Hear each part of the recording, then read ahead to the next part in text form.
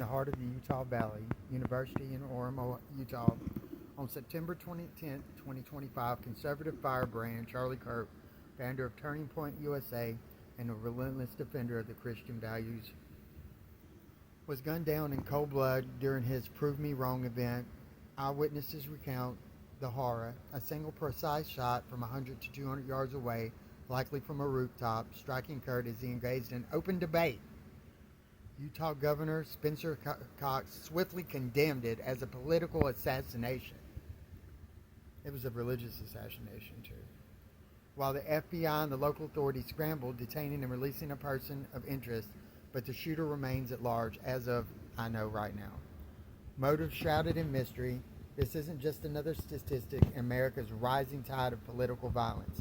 It's a stark emblem of the war being waged against righteousness. We must reject the knee-jerking excuses that flood the airwaves. Mental health issues, isolated incidents, or lone wolf. No. If investigations reveal as many suspects and ideological motives rooted in leftist hatred, we cannot sugarcoat it.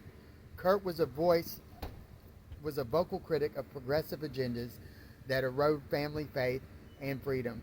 His death screams of a deeper rot where liberal ideology isn't just misguided, it's a demonic force of insanity, masquerading as compassion while unleashing chaos on our nation. Biblically, this mirrors an ancient persecution where the righteous were slain for standing firm. Recall the words of Christ in Matthew 10:34-36. Do not support that. I have come to bring peace to the earth. I did not come to bring peace, but a sword. For I have come to turn a man against his father, a daughter against her mother. A man's enemies will be the members of his own household. Kirk's assassination divides the wheat from the chaff, exposing the Liberal Party not as the party of the people, but the party of insanity. A horde driven by godless whims that glorify abortion as reproductive rights, gender confusion as exclusivity, and open borders as humanity, all while dismantling the Judeo-Christian foundation of America. Proverbs 14:12 warns, there is a way that appears to be right, but in the end it leads to death. Liberalism's path is that very way. It promises utopia but delivers destruction.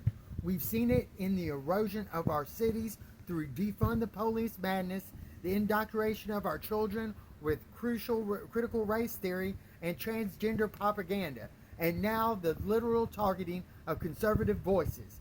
X-posts erupt with outrage. One user decrying the left's violence after Kirk's murder, linking it to attacks on Republicans like Trump. Another highlights Eric Trump's fury.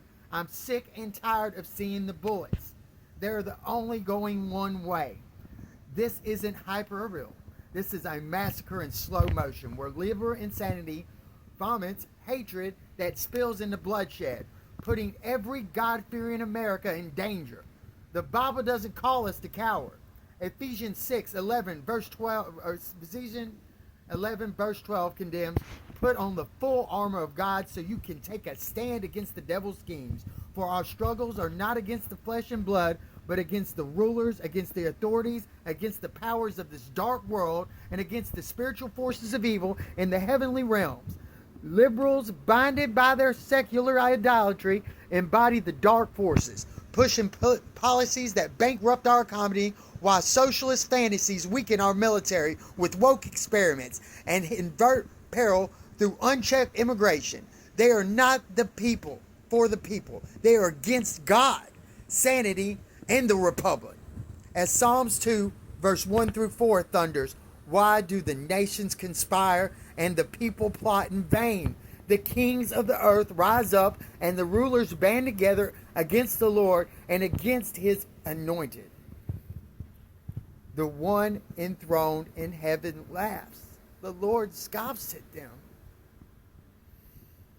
This is our moment to stand up and show out for our religion. No more retreating into polite silence while they dismantle our country. 2 Timothy verses 1 1 Timothy chapter 1, verse 7 declares, "For God has not given us a spirit of fear, but of power and of love and of a sound mind." Rise with that power. Vote out the insanity every election, from the school boards to the White House. We take this country back. Flood the streets with peaceful protest, unless they won't let it be peaceful. Echoing the prophets who cried out against injustice, and raised in the cultural battlefield, schools, media, churches, proclaiming truth without apology. Pray fervently, as James 5, chapter 16 promises. The prayer of the righteous person is powerful and effective.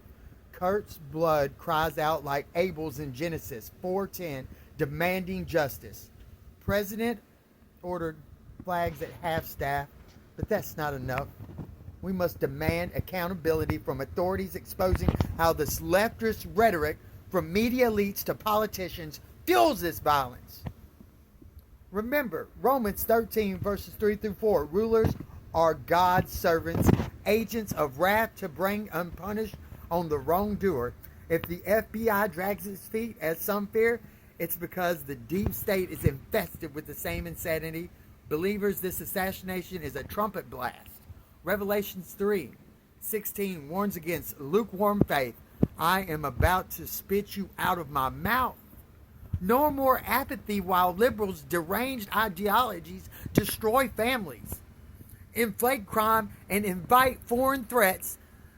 They're a party of chaos, not compassion, evidenced by their celebration of division over unity. As one ex-user noted, the left's response to tragedies like this pales compared to the conservatives revealing their hypocrisy. In closing, heed Joshua 1 through 9. Be strong and courageous. Do not be afraid. Do not be discouraged, for the Lord God will be with you wherever you go. Kirk fought valiantly. Kirk fought valiantly. Now it's our turn. Stand against the Lisbon massacres. Reclaim our nation through faith-fueled action, and watch God turn the tide. The party of insanity will crumble before the armies of the righteous. Let this tragedy forge unbreakable resolve for God, family, and country.